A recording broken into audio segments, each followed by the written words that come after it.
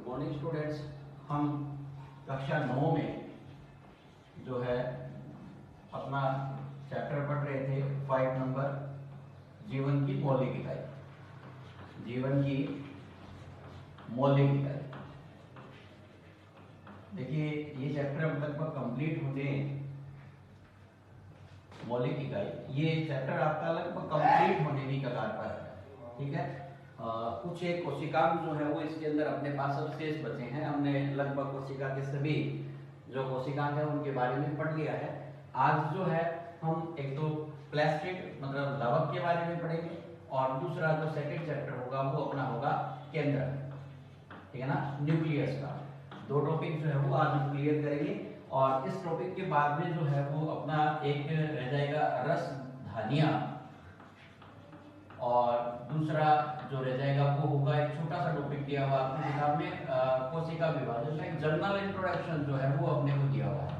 Last year की जो किताब थी उसके अंदर तो ये थोड़े टॉपिक बड़े दिए हुए थे कोशिका विभाजन वाला, समसूत्री अणुसूत्री विभाजन का, लेकिन ये वाला चैप्टर जो है उसके अंदर आपको थोड़ा सा संक्षिप्त में ब्रीफली केवल स्टडी करवाया है कोशिका विभाजन क्या होता है और कितने टाइप का होता है। तो आज हम जो हमारे पास हमारे टॉपिक जो है उनको स्टार्ट करेंगे। तो उनमें जो आज हमारा टॉपिक है वो है लवक। आज हमारा पहला टॉपिक जो है लवक, जिसको अपन बोलते हैं प्लास्टिड। इसको हम क्या बोलेंगे? प्लास्टिड बोलते हैं। और प्लास्टिड आपको पता ही है कि जैसे हमें प्लांट्स जो है वो विभिन्न प्रकार के कलरफुल दिखाई देते हैं, रंगीन दिखाई देते हैं, तो उनके पीछे कारण क्या है? इन्हीं प्लास्टिड्स का होता है, ठीक है ना। और आप लोग देखते हो कि पादपों के अंदर जो फोटोसिंथेसिस प्रकाश संश्लेषण की जो क्रिया होती है वो क्रिया जो है उसके लिए भी लवक ही जो है वो उत्तरदायी होते हैं, जिनको हम क्लोरोप्लास्ट बोलते हैं, जिनकी अपन डिटेल में चर्चा जो है वो करेंगे। लवक जो है वो किस प्रकार की सेल्स में पाए जाते हैं? तो देखिए लवक जो है वो केवल पादप कोशिकाओं में पाए जाते हैं। हमने प्लांट सेल और एनिमल सेल जो है उसके अंदर डिफरेंस किया था, आपको ध्यान होगा। तो उसमें हमने पढ़ा था कि लवक जो है वो कौन सी कोशिकाओं में पाए जाते हैं? पादप कोशिकाओं में। तो देखना पहला हमारा बिंदु हुआ लवक केवल पादप कोशिकाओं में, पादप कोशिकाओं में लवक केवल पादप कोशिकाओं में ही पाए जाते हैं, ठीक है, पाए जाते हैं, जंतु कोशिका में नहीं, ठीक है भाई, जंतु कोशिका में नहीं, ठीक है। तो किस में होते हैं? केवल प्लांट सेल जो होते हैं उसके अंदर पाए जाते हैं, ये अपने को ध्यान रखना है। सेकंड जिसकी बात करें अपन, तो लवक जो होते हैं इसके अंदर विभिन्न प्रकार के क्या पाए जाते हैं? वर्णक पाए जाते हैं, ठीक है ना। लवक में क्या पाए जाते हैं? विभिन्न प्रकार के क्या पाए जाते हैं? वर्णक। वर्ण माना रंग होता है, वर्णक, वर्णक पाए जाते हैं, ठीक है भाई। और इन्हीं वर्णकों के कारण से हम क्या देखते हैं कि पादप जो है उनके अंदर विभिन्न प्रकार के रंग जो होते हैं वो भी देखने को मिलते हैं, ठीक है भाई। वर्णकों को अपन, वर्णक जो है वो कौन कौन से हैं लवक में, इसके आधार पर लवक जो है वो कितने प्रकार के होते हैं। तो अपन क्या कहेंगे? वर्णकों की उपस्थिति के आधार पर लवक दो प्रकार के, कितने प्रकार के होते हैं? दो प्रकार के होते हैं, ठीक है भाई। अब ये दो प्रकार के कौन से हैं? देखिए जो पहले होते हैं उनको अपन कहते हैं ल्यूकोप्लास्ट। पहले वाले क्या कहलाते हैं? ल्यूकोप्लास्ट कहलाते हैं, ठीक है। और दूसरे वाले जो होते हैं उनको अपन क्या बोलते हैं? क्रोमोप्लास्ट। दूसरे वाले क्या कहलाते हैं? क्रोमोप्लास्ट। वर्णक कौन से हैं? वर्णक मतलब रंग किस प्रकार के हैं, इसके आधार पर जो है हम इनको दो भागों में बांटते हैं। ल्यूको का अर्थ होता है सफेद रंग वाले या रंगहीन प्रकार के वर्णक होते हैं, मतलब इसको अपन कौन सा बोलते हैं? श्वेत तथा रंगहीन वर्णक है। रंगहीन क्या है? ये वर्णक है। और जितने भी रंग होते हैं, क्रोमो मतलब अपन पहले भी अपन विधि जो है वो क्रोमेटोग्राफी पढ़ चुके हैं, है ना। तो उसमें भी अपने ये शब्द आया था क्रोमो। क्रोमो का मतलब होता है रंग, क्रोमो का अर्थ क्या होता है, रंग। तो इसका मतलब ये किस प्रकार के हैं, रंगीन वर्णक हैं। ये किस प्रकार के वर्णक हैं, रंगीन। जितने भी रंग जो है, पीला है ना, नीला है, नारंगी है ना, तो ये जितने भी रंग जो होते हैं, हरा है, वो सारे किसके अंतर्गत आते हैं, रंगीन वर्णक जो होते हैं वो किसके अंतर्गत आते हैं, अपने क्रोमोप्लास्ट के अंदर। देखिए श्वेत और रंगीन जो वर्णक होते हैं ये क्या काम आते हैं, या पाकों में ये क्या करते हैं, ल्यूकोप्लास्ट जो होता है। तो देखिए ल्यूकोप्लास्ट जो होते हैं वो स्टार्च का, तेल का, स्टार्च, तेल तथा जो प्रोटीन होते हैं, प्रोटीन पदार्थों का क्या करते हैं, ये संग्रहण करते हैं, ठीक है ना, स्टोरेज करने का काम करते हैं। तो इनका ये एक प्रकार से क्या होते हैं, मुख्य रूप से संग्राहक की भूमिका में होते हैं, है ना। तो ये संग्रहण करने का काम करते हैं। संग्रहण आप समझ रहे हैं, संग्रहित करना, इकट्ठा करना, कलेक्ट करना या स्टोर करना जिसको अपन बोलते हैं, ठीक है ना। किन पदार्थों को, स्टार्च को, तेल को और किसको, प्रोटीन पदार्थ जो होते हैं उनको संग्रहित करते हैं। और क्रोमोप्लास्ट जो होते हैं जिनको हम क्या बोल रहे हैं, रंगीन वर्णक। तो इसके द्वारा क्या होता है कि पादपों में विभिन्न प्रकार के रंग जो है, विभिन्न प्रकार के रंग इसी कारण से होते हैं, या इन्हीं वर्णकों के कारण, इन्हीं वर्णकों के कारण, ठीक है भाई, होते हैं। क्लियर है कि भाई इनका काम तो है स्टोरेज या पदार्थों को संग्रहित करना, ल्यूकोप्लास्ट का। और क्रोमोप्लास्ट के कारण क्या होते हैं कि जितने भी प्रकार के रंग होते हैं, विभिन्न प्रकार के जो कलर आपको प्लांट्स में दिखाई देते हैं, वो किसके कारण से होते हैं, क्रोमोप्लास्ट के कारण से होते हैं। अब देखिए एक हमारे पास जो प्लास्टिड है जिसको हम क्रोमोप्लास्ट टाइप का बोलते हैं, ये क्रोमोप्लास्ट टाइप जो वर्णक होता है वो कौन सा है, जो किस प्रकार से महत्वपूर्ण है, हम उसकी बात करेंगे, ठीक है ना। देखिए एक वर्णक जिसको हमने कहा है, ठीक है ना,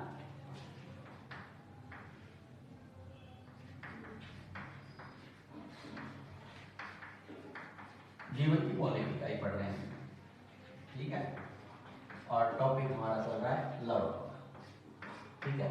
अब देखिए इसके अंदर जो हम आगे बढ़ते हैं वो कहलाता है एक लवक जिसको बोला जाता है हरित लवक। आप लोग सभी इसके बारे में परिचित हैं हरित लवक से। हरित लवक जिसको बोला जाता है क्लोरोप्लास्ट, क्या बोलते हैं इसको हम, क्लोरोप्लास्ट। देखा होगा आप लोगों ने, किस प्रकार का वर्णक है, हरे रंग का वर्णक, हरे रंग का वर्णक होता है।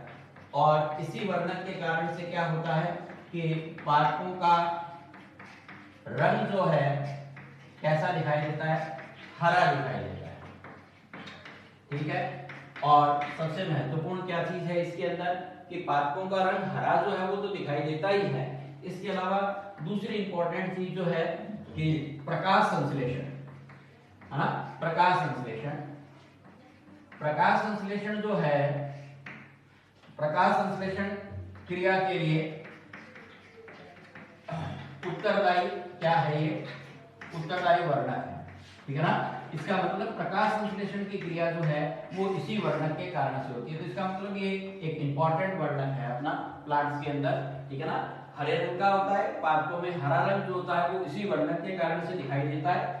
और प्रकाश संश्लेषण की क्रिया के लिए पादपों में जो है वो ये वर्णक उत्तरदायी होता है। यदि अपन क्लोरोप्लास्ट के स्ट्रक्चर को देखना चाहिए किस तरह का होता है, तो देखिए आप देखेंगे कि इसके अंदर दोहरी झिल्ली होती है, डबल बेयरिंग जो होता है मेम्ब्रेन्स का, ठीक है ना।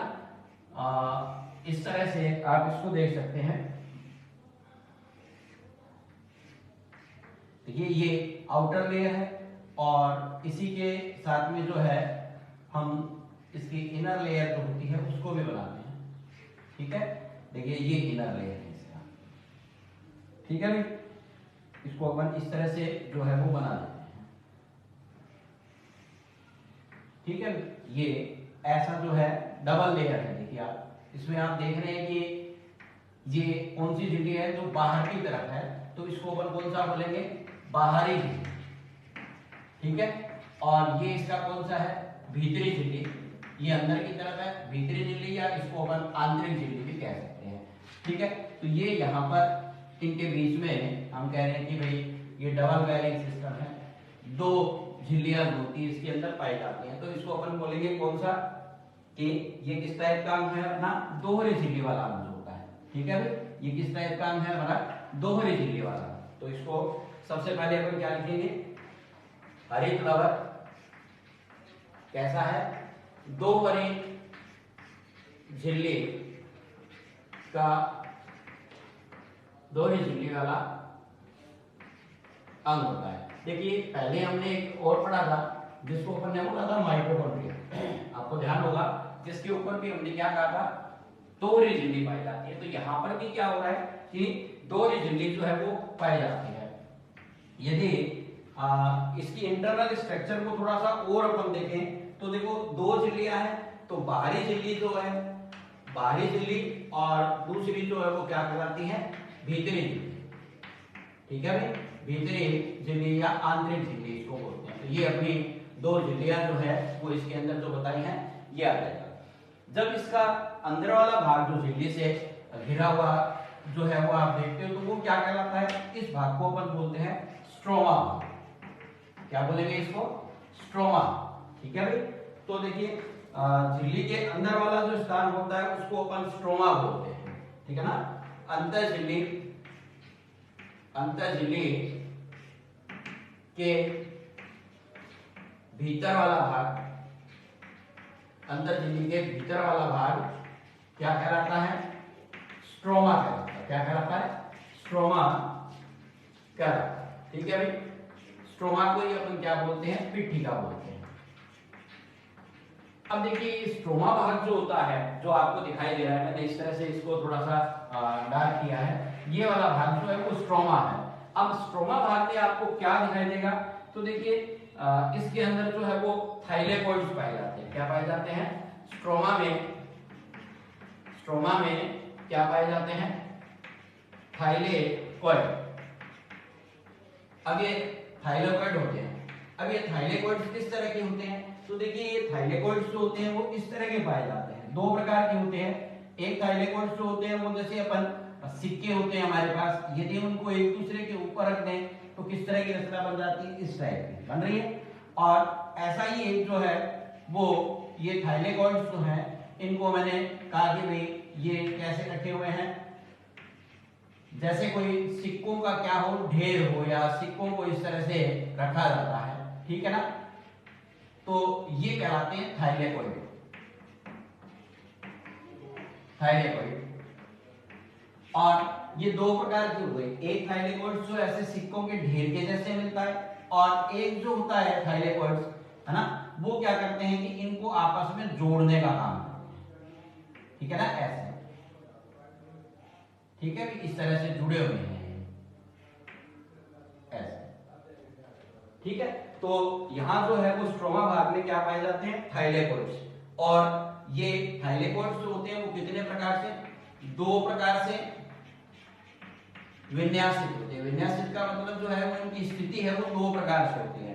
एक जो तस्तरी के समान है, तस्तरी प्लेट लाइक जो स्ट्रक्चर होती है, तस्तरी के समान जो थाइलेकोइड है, इन थाइलेकोइड्स को अपन जो आपको कैसे दिखाई देंगे, जैसे कोई सिक्कों का क्या हो, ढेर, है ना, या जो सिक्कों का एक बना हुआ, कॉइंस का बना हुआ जो ढेर होता है उसको बोलते हैं। तो सिक्कों के समान ढेर के रूप में क्या होते हैं, ये व्यवस्थित होते हैं। तो ये आप देख सकते हो कि ये सिक्कों के ढेर के रूप में जो है वो आपको व्यवस्थित दिखाई दे रहे हैं। दूसरे थाइलेकोइड्स जो होते हैं, और इस तरह से जो थाइलेकोइड्स का समूह जो होता है, उस थाइलेकोइड्स के समूह को अपन क्या बोलते हैं, ग्रेना। क्या बोलते हैं इसको, ग्रेना बोल देते हैं। और दो जो ग्रेनाएं होते हैं, इनको जोड़ने वाली जो पट्टिका होती है, इसको कहा जाता है थाइलेकोइड इंटरग्रेनम। तो ये जो रचना आपको दिखाई दे रही है ये वाली, इसको अपन क्या बोलेंगे, थाइलेकोइड इंटरग्रेनम। ठीक है ना, ये एक पट्टिका के समान जो पाए जाते हैं तो दूसरे थाइलेकॉइड्स जो है वो कैसे हैं? दूसरे थाइलेकॉइड जो है वो क्या करते हैं? दूसरे थाइलेकॉइड जो दो ग्रेना को या ग्रेनम को, है ना, दो ग्रेनम जो है उनको क्या करते हैं? आपस में जोड़ने का काम करते हैं, को परस्पर जोड़ते हैं। परस्पर क्या करते हैं? ये इनको जोड़ते हैं। ठीक है, तो ये देखो इस तरह से ये थाइलेकॉइड जो है इंटरग्रेनम जिसको बोला है, इसको ग्रेना या ग्रेनम भी बोल सकते हैं। ठीक है, तो इनको जोड़ने का काम कर रहा है। ठीक है, इसके बाद कार्य की अपन ने बात करेंगे कि ये किस तरह का कार्य करता है। तो प्रकाश संश्लेषण करने का काम करता है, और प्रकाश संश्लेषण की क्रिया से ये क्या बनाता है? तो कार्बोहाइड्रेट या पेड़ पौधों के लिए भोजन बनाने का काम करता है। तो ये इस तरह का जो एक अंग है, इसका थोड़ा सा वर्णन हमने सीखा है, जिसको बोलते हैं हरित द्रव। ठीक है, दो झिल्ली वाला होता है, बाह्य और भीतरी, दो प्रकार की भित्तियां हैं, झिल्लियां हैं। भीतर वाला पार्ट जो होता है स्ट्रोमा, स्ट्रोमा में आपको थाइलेकॉइड्स दिखते हैं। दो प्रकार के थाइलेकॉइड्स हैं, एक थाइलेकॉइड्स जो सिक्कों के ढेर के रूप में होते हैं, इनको ग्रेनम कहा जाता है, और दूसरे जो दो ग्रेनम्स को जोड़ने का काम करते हैं थाइलेकॉइड्स, उनको अपन क्या बोलते हैं? इंटरग्रेनम बोलते हैं। ठीक है भाई, प्रकाश संश्लेषण का कार्य जो है वो हरित लवक के द्वारा किया जाता है। अब देखिए हमारे पास एक दूसरा और महत्वपूर्ण अंग है, जिसका नाम क्या है? न्यूक्लियस, या जिसको अपन क्या बोलेंगे? केंद्रक। ठीक है भाई, ये अपना आ गया केंद्रक या न्यूक्लियस की बात करें अभी। ठीक है भाई, ये कौन सा है? अपना न्यूक्लियस जो होता है। न्यूक्लियस क्या करता है? तो कोशिका जो होती है उसको और पूरा का पूरा जो है वो नियंत्रण करने से संबंधित कार्य जो होता है वो किसके द्वारा किया जाता है? कोशिका के केंद्रक द्वारा। तो ये क्या कहलाता है? कोशिका का नियंत्रक। नियंत्रक को कंट्रोलर बोलते हैं। तो ये किसका है? सेल का है। तो इसको अपन क्या बोलेंगे? कंट्रोलर ऑफ सेल जो होता है ये कहा जाता है। ये कोशिका का एक महत्वपूर्ण अंग होता है, ये आपको सबको ही पता है। और क्योंकि कोशिका को नियंत्रित करने का काम जो होता है वो कौन करता है? केंद्रक करता है, इसलिए एक महत्वपूर्ण अंग है। सामान्यतया की बात करें तो देखो, सामान्यतया एक कोशिका में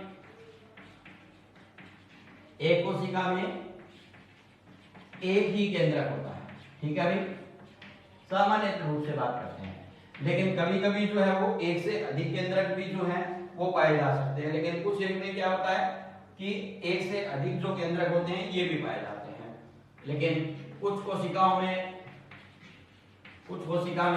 क्या होते हैं? एक से अधिक केंद्रक भी मिलते हैं। ठीक है भाई, तो जब एक से अधिक मिलते हैं तो उस स्थिति को अपन क्या बोलते हैं? बहुकेंद्रक स्थिति। ठीक है, तो ये बहुकेंद्रक वाली स्थिति भी बन जाती है। लेकिन आपने देखा होगा कि जो मनुष्य है या मानव जो है, मानव की जो लाल रुधिर कणिकाएं, परिपक्व लाल रुधिर कणिकाएं, जिनको अपन क्या बोलेंगे? आरबीसी, है ना। लाल रुधिर कणिकाएं जो होती हैं, एक तो इसमें, और दूसरा जो परिपक्व है ना, ये प्लांट्स में बात करते हैं अपन, पादप में। तो परिपक्व अपनी इसके अंदर चालनी नलिकाएं जो होती हैं, और ये चालनी नलिकाएं किसमें पाई जाती हैं?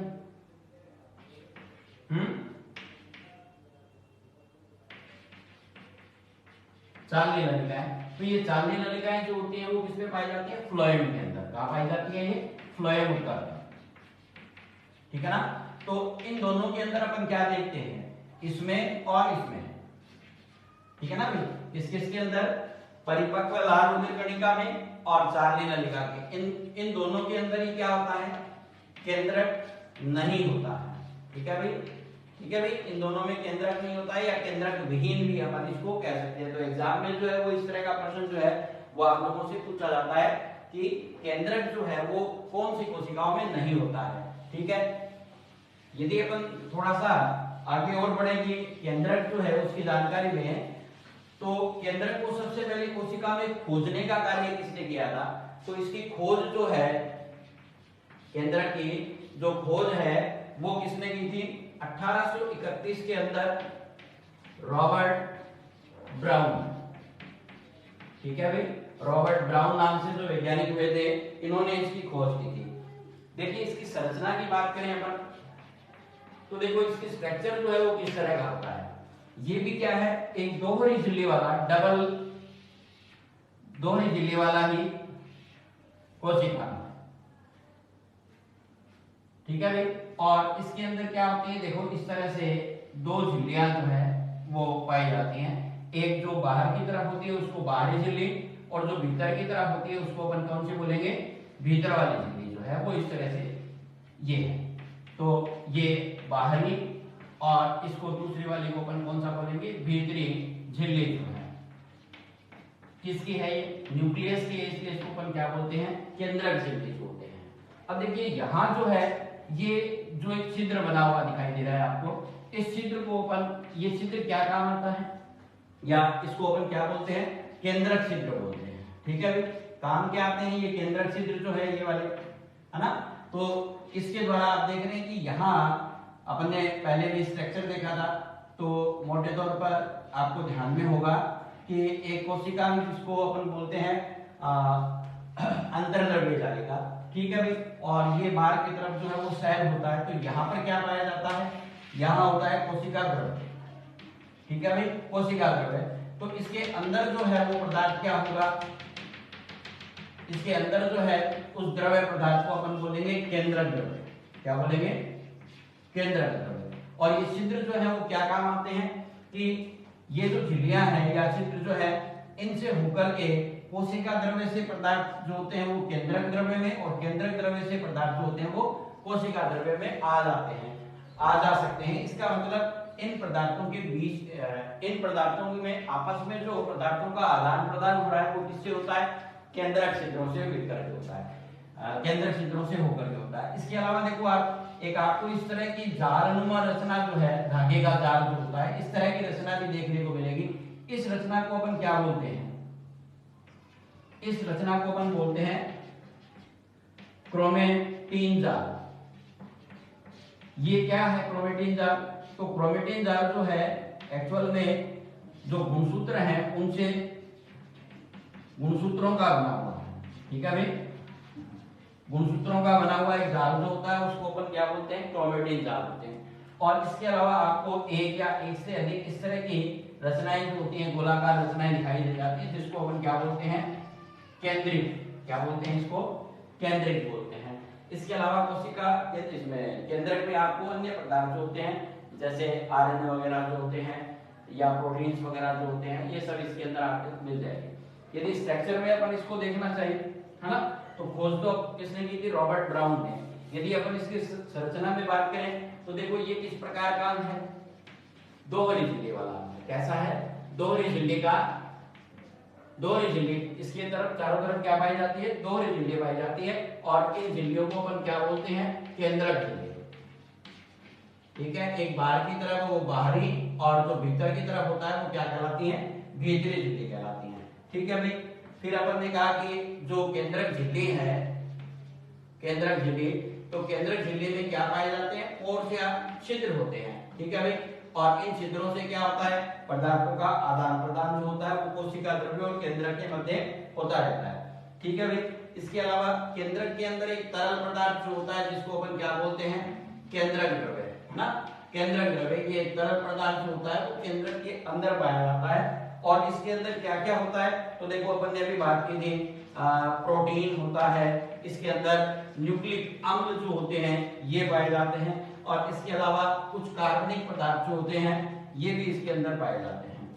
सामान्यतया केंद्रक की संरचना जो है, केंद्रक किस आकृति का होता है, तो केंद्रक जो है वो सामान्यतया किस आकृति का देखने को मिलता है, गोलाकार देखने को मिलता है। ठीक है ना, केंद्रक में एक या अधिक जो है वो क्या पाई जाती हैं, गोलाकार रचनाएं होती हैं, जिनको अपन क्या बोलते हैं, केंद्रिक बोलते हैं। क्या बोलते हैं इसको, केंद्रिक बोलते हैं। ठीक है भाई, इसके अलावा और क्या होता है केंद्रक में, तो देखिए केंद्रक में आपको अभी क्रोमेटिन जाल पढ़ा था अपन ने, है ना, क्रोमेटिन जाल, है ना। तो ये किसका बना हुआ है, गुणसूत्रों का इसके अंदर क्या पाया जाता है, जाल होता है ना, जिनको अपन कौन सा जाल बोलते हैं, क्रोमेटिन जाल बोलते हैं।